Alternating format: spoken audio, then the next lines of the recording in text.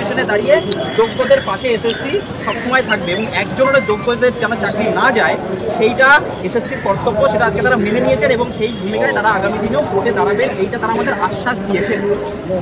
এই আশ্বাসে আপনারা কতটা আশ্বাস পাচ্ছেন সেটা আপনাদের ব্যাপারটা এসএসসি পরিষ্কার বলেছেন যে এটা স্কুল এডুকেশন ডিপার্টমেন্টের ব্যাপার, এটা এসএসসির তরফ থেকে মুচলেখা দেওয়ার ব্যাপারে কোনো নোটিফিকেশন হবে না, ওটা স্কুল এডুকেশন ডিপার্টমেন্ট কিংবা বোর্ড নোটিফিকেশন। কিন্তু স্কুল এডুকেশন ডিপার্টমেন্ট আমাদের সঙ্গে যেটা কথা হয়েছে সেটা আমরা বলেছি যে স্কুল পুরো এডুকেশন সিস্টেমের একটা অংশ এসএসসি রিক্রুটমেন্ট করছে, তাহলে এসএসসি কেন নোটিফিকেশনটা দিচ্ছে না যে মুচলেখা দেওয়ার ব্যাপারটা? তো বলছে এখনই সেই বিষয়ে আমরা কিছু বলবো না, আমরা ওই দপ্তরের সঙ্গে আলোচনা করে আমি বলেছি যে তিনটে ডিপার্টমেন্ট নিয়ে এডুকেশন ডিপার্টমেন্ট, তাহলে আপনারা কেন কমিউনিকেট করছেন না যে মুচলেখা কে দেবে? উনি বলেছেন এটা আমরা আলোচনা করব, কিন্তু আমরা নোটিশটা আমরা করব না, মানে এসএসসি করবে, এসএসসি নোটিশ করবে এডুকেশন ডিপার্টমেন্ট। আমি বলেছি যারা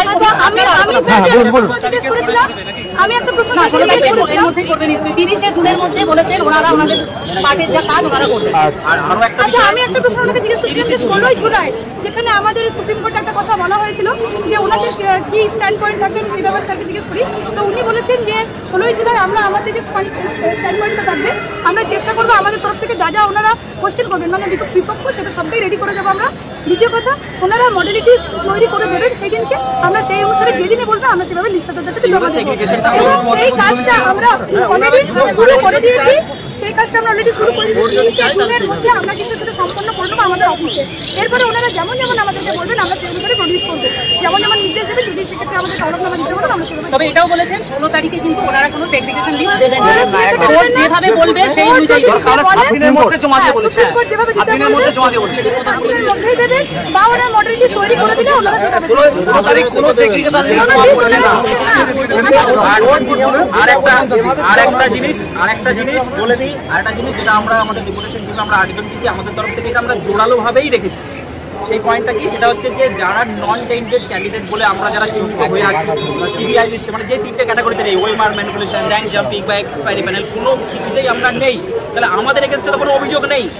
এই কথাটা এসএসসি কেন কোর্টে স্বীকার করে হলফনামা দিয়ে বলছে না, তো ওইটার ব্যাপারে বলছেন যে আমাদের কাছে সেরকম কিছু তো কোর্ট চাইনি, সেই জন্য আমরা কিছু দিই। তবে বিষয়টা আমরা বললাম যে আপনারা আমরা জোর দিয়েই আজকে বলেছি, আমরা জোর দিয়েই বলেছি যে আপনারা আপনাদের উকিলের সঙ্গেও ব্যাপারটা নিয়ে আলোচনা করুন, আলোচনা করে যদি এরকম একটা লাইন শুধু যে এদের রিমেনিং ক্যান্ডিডেট লিস্ট দিল তার যদি নিচে লিখে দেয় অল দ্য রিমেনিং আর আনটেন্ডেড ক্যান্ডিডেট, আমি এটা বারবার জোরে বলছি এটা লিখে দিন, তাহলে সবকিছু ক্লিয়ার হয়ে গেল, এখানে কোর্টের সমস্ত ফয়সালা হয়ে যাবে।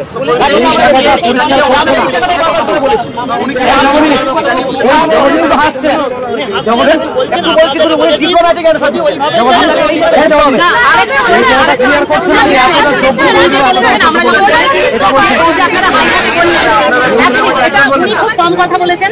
যে কটা কথা বলেছেন তার মধ্যে একটা কথা উনি যেটা বলেছেন যে আমরা যখন বলেছি যে এই যে আপনারা 26,000 আপনাদের ভুলের জন্য বাদ হলো, আপনারা যদি হাইকোর্টেই 19,000-এর দায়িত্ব নিতেন, আপনারা নেননি বলেই তো বাতিল হয়েছে, সুপ্রিম কোর্টে গিয়েও যদি আপনারা ট্রাই করেন তাহলে পুরো প্যানেলটাই বাতিল হবে। তখন উনি এটাই বলেছেন যে না এটা তো হয় না, আমরা যদি সবার হয়ে বলি তাহলে তো সববারই চাকরিটা চলবে, মানে উনি যারা যোগ্য তাদের পাশে ওনারা থাকবে। আমি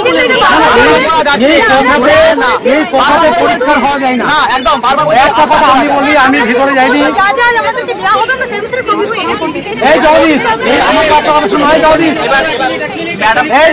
একটা প্রশ্ন করেছে, প্রচুর ছেলে পেলে দাঁড়িয়ে আছে তাদের কাছে গিয়ে এই মেসেজটা করে দিতে হবে। ম্যাডাম একটা প্রশ্ন তুলেছে যে আমাদেরকে যা বললো সবটাই তো মুখ বলে, এটা জন্য বলে দিই যে যেহেতু বিষয়টা কোর্ট ম্যাটার না কোনো কথা চলবে এবং